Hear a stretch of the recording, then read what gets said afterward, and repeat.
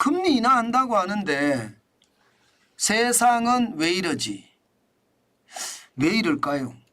일단 말입니다. 이것부터 먼저 한번 보시죠. 신규 실업수당 청구 건수 2024년 7월 13일 현재 24만 3천 명입니다. 이게 시장의 예측치보다 굉장히 높습니다. 실업이 많다는 뜻이잖아요. 예, 실업자가 늘어난다는 뜻은 뒤집어서 이야기하면 경기를 부양하기 위해서 금리를 올려야 된다는 이야기잖아요. 예, 금리를 내려야 된다는 이야기잖아요. 실업자가 많아지니까 경기를 부양하려면 금리를 내려야죠. 그러니까 지금 현재까지는 9월에 내린다. 미국의 기준금리 말입니다. 계속 이야기해 왔습니다. 오늘 신규 실업수당 청구 건수를 보니까 또 금리를 내려야 된다는 확실한 지표가 나온 거예요. 여기에다가 미 경기 선행 지수도 지금 6월에 여전히 마이너스입니다.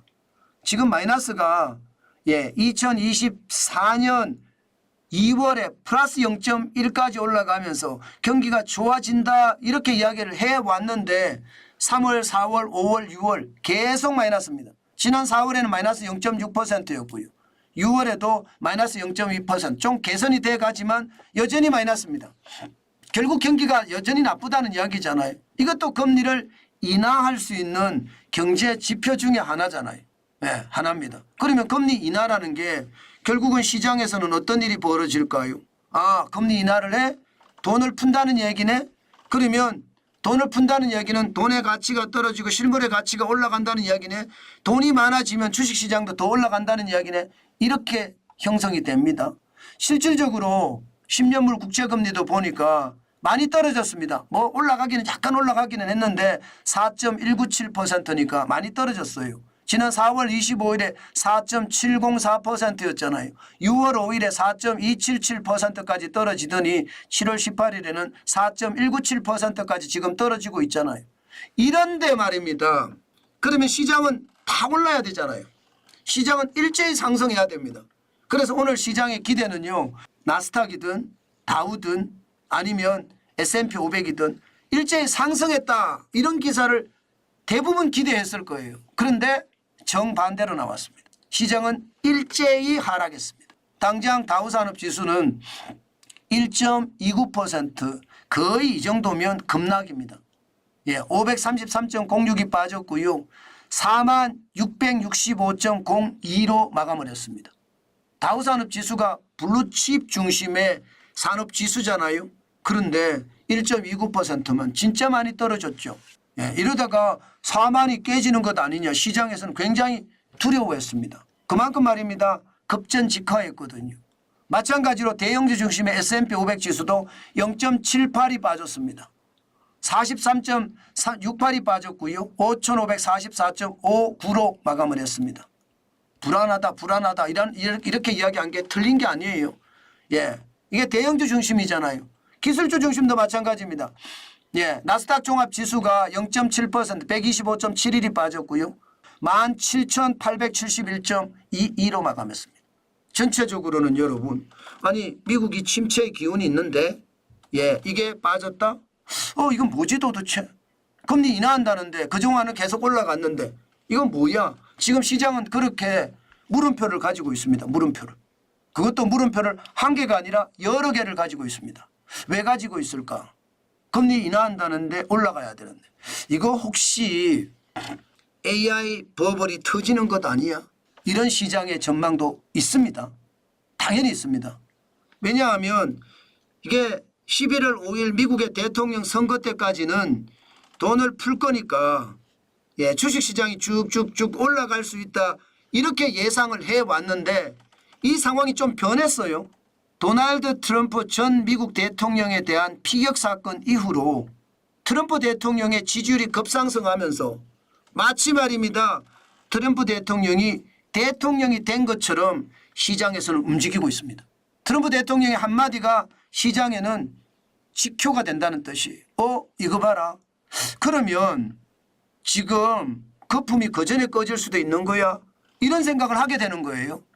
지금까지 일반적으로 우리가 예상을 했을 때는 민주당 조 바이든 후보가 이게 박빙으로 움직일 때는 시장에 돈이 풀어지면서 시장이 금리를 인하한다 하면 계속 올라갔는데 달라졌다는 뜻이에요.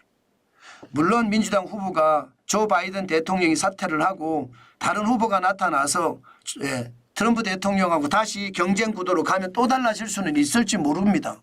그렇지만 현재까지는 그런 흐름이 보이는 것 같아요. 그러면 여러분 돈을 덜 풀 수도 있거든요.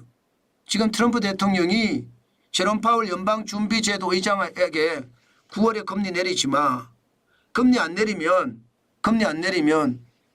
내리면 나 임기 보장할 수 없어 이런 뜻이에요. 금리 안 내리면 임기 보장하겠다 이런 뜻이거든요. 이 말은 여러분 결국 말입니다. 돈을 푸는 것을 자제하게 만들겠다는 게 지금 생각이거든요. 앞으로 어떤 일이 벌어질지 트럼프 대통령이 그렇게 말한다고 해서 미국의 중앙은행인 연방준비제도 의장 제롬 파월 연방준비제도 의장이 그렇게 쉽게 부안해동할 사람은 아니라고 저는 보는데 중요한 것은요. 뭔가 흐름이 좀 바뀌었다. 그래서 이게 돈 푸는 게 달라지고 닥한 버블의 어떤 붕괴처럼 AI 버블의 붕괴도 있을 수 있다. 약간은 그렇게 생각했습니다. 그만큼 말입니다. 우리가 신중하게 생각해야 된다는 뜻이에요. 지금 분위기가 굉장히 미묘하지만 강하게 바뀌고 있습니다. 시장을 많이 흔들 겁니다. 저는 우리 시장도 마찬가지일 거라고 봐요. 우리 시장도.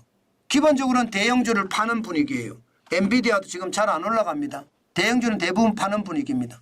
지금 7월 18일 현재 121.09달러니까 대형주를 팔아서 중소형주나 중대형주를 산다는 뜻이에요. 다시 말해서 대순환 매매가 일어난다는 거예요. 대순환 매매가. 그래서 엔비디아가 예상보다 치고 올라가지 못합니다. 오늘 오르긴 올랐지만 찔끔 오르고 말았죠. 마찬가지로 애플도 내렸습니다. 224.18로 내렸습니다. 애플은 IT의 대부잖아. IT 쪽이 또 내릴 수도 있다는 뜻이에요. 대형주가 떨어졌으니까. 테슬라도 약간 내렸습니다. 테슬라 약간 올라갔나요? 제가 아주 정확하지는 않는데 테슬라는 제가 봐서 약간 올란 것 같습니다. 테슬라가 약간 올랐나요? 제가 순간적으로 보고 준비하면서 약간 올랐네요. 0.29가 올랐네요. 0.29가 올랐네요. 0.29가 올랐지만 많이 오르지는 못했다는 거죠. 많이 오르지는 못했다. 결국 말입니다. 우리 시장도 분명히 테슬라는 신성장 어떤 핵심 산업이잖아요. 그러면 우리도 아마 오늘 시장에 변동성은 있을 겁니다. 물론 미국 시장을 그대로 닮아가지는 않더라고요. 요즘 좀 변하기도 하지만 당연히 변동폭이 있을 겁니다. 저는 여러분 반도체 시장은 굉장히 예의주시해서 봐야 돼요. 지금 삼성전자 같은 경우는 엔비디아가 이제 앞으로 어떻게 하느냐의 문제인데 첫눈이 내리기 전에 좋은 소식이 있다고 이야기했습니다. 좀 뒤로 미뤄진 것 같죠. 첫눈이 오기 전에 좋은 소식이 있다. 그러면 앞으로 더 달라질 수도 있다는 거니까 우리가 반도체는 좀 지독하게 보고요. IT 쪽도 말입니다. 애플이 잠깐 주춤하는 걸 보면 우리도 좀 주춤할 가능성이 있으니까 거기에 대한 생각도 반드시 해야 되겠다. 그 말씀 드리고요. 신성장 동력도 마찬가지입니다.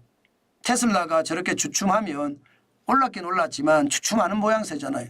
그게 우리 시장에도 반드시 영향을 줄 겁니다. 오늘 우리 시장도 조심하시면서 투자하는 거 잊지 마시고요. 중요한 건 그런 것 같아요. 조심하면서 투자하는 거. 그게 시장을 전체를 다스릴 수 있다. 이 말 저는 오늘도 여러분에게 드리겠습니다.